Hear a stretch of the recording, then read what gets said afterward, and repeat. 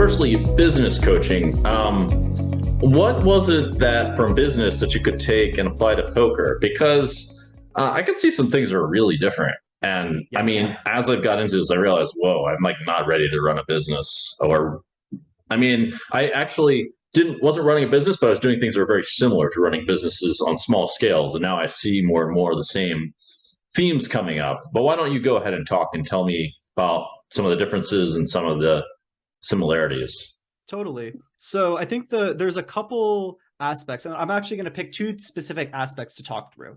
There is the process of actually building a company, and then the process of actually executing a company. And both of those things I think show up in the poker world. So Hmm. let's talk first about the aspect of building a company. That would be very similar to building your poker game. Like not what you're doing when you're actually executing hand by hand, but how you actually prepare so that you are effectively ready to show up to the tables. And from my perspective, that turned into hiring a full-time analyst, hiring an executive assistant, hiring a marketing professional, so that I had systems that were built out, all running in the background, so that when I am actually in game, let's say I'm in the middle of a tournament, like I'm in the middle of the 50K, hand is over, I need a hand run, my analyst can run the hand after the hand. Also, my marketing person is taking care of all of my social media posts during that time period.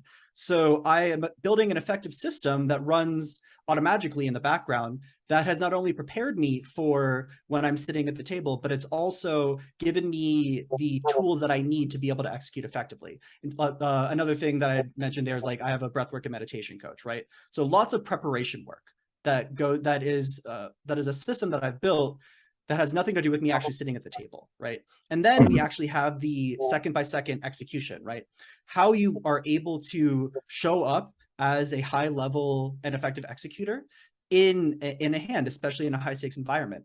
And that's a lot of being able to handle pressure. It's a lot of being able to do logical thinking. It's a lot of being able to tap into the work that you did ahead of time, right? So all of that system building that you did, you need to be able to tap into it in game in terms of the mental game stuff, in terms of the strategy that you've built. And so that's, from my perspective, what a lot of the best poker players do. Take the Stephen Chibooks of the world. He has an incredibly effective system for studying poker, preparing for poker, and executing on it in game. And he's been able to, yeah, it's very obvious to me. I mean, you've played against Stevie. Literally in every single hand, he's doing the exact same thing, right? Shuffles the chips the same amount of times, breathes No the way. same amount of time. Dude, No way, man. I mean, I've been at a final table That's with him, scary. and it's like it literally is perfectly practiced, and it's in time with his breath. It's so No dialed in. Next time you're at a table with Steve, you look at it, and obviously there's a little bit of variance. But for example, like if I'm at a final table specifically, Sometimes he breathes twice before acting instead of 3 or 4 times. Is that dude, the it's variance? a little bit. It's real for sure. And he checks the exact same way. He shuffle chips the exact same way. It's a very well designed system for execution. And his poker game in and of itself is also savage, right? Like finds aggression in all the right places. You can tell that he's very game theory oriented. Finds some deviations where he needs to. I'd Shit, say man.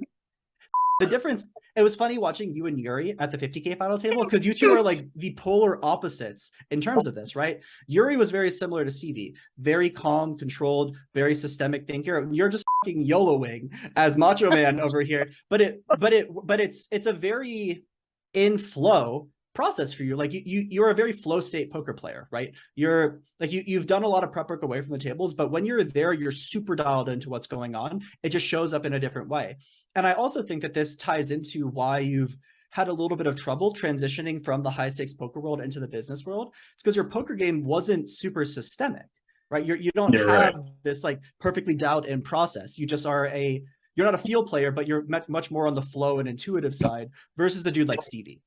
Sure. Well, the thing that I mean, I basically did things in a bit of an unusual way, I guess. There's a certain element to me that is extremely logical, Of course. and that if I can see something in a system doesn't add up, I can feel it, and that lot of logical infrastructure has to be maintained, and in that way, I'm extremely logical. But man, there's no like it would take so much practice for me to do what you just said Stevie does. This is like the It's not craziest your thing. job.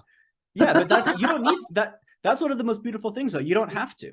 right? You get to, one of my favorite things about poker and business as well is that there are so many roads to success, right? And so when I'm coaching someone both in poker or in business, my job is not to put them into a cookie cutter. My job is to understand what their natural strengths are, understand where their natural weaknesses are, build a system that will allow them to plug some of the leaks that are just infrastructural. Like, for example, for you, getting you an exec assistant, that was just necessary, right? Like, that was a very easy leak to plug, but I'm not trying to like overhaul your entire life to force you to be living by a calendar 24/7, because that's not that's not attuned to who you are. It's not going to work. That would be insane. Yeah, it would just not be practical. Exactly correct.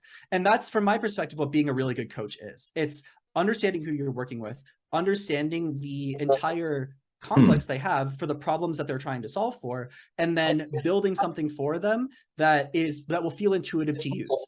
Obviously, there will still be some growing pains because you have to get used to new systems, but it shouldn't feel so hard that it's breaking every 3 days, right? There should be a little bit of a learning curve. It can't, and then it has to be a steady uphill thing. You can't like push yourself super hard. I learned this the hard way also. Yeah. You have to be, it has to be steady and concise, and it's hard to like balance this like structure and like pushing yourself. You have to like listen to both your intuition and logic, use some logic to some extent. Yeah, that's also, I think, one of your bigger superpowers as well is the intuitive side. And that's something that is really hard to build for a lot of people, because they are such logical thinkers that being able to take a step back and being able to tune into your intuition, that in and of itself is a superpower, right? And so if I'm removing that from your, of course, dude. And if I'm removing that from your day-to-day, if I'm not allowing you to tap into your intuition and I'm forcing you to do something else, we've lost one of your greatest skills. And that's not how you're going to become successful. You're going to become successful because your days feel good.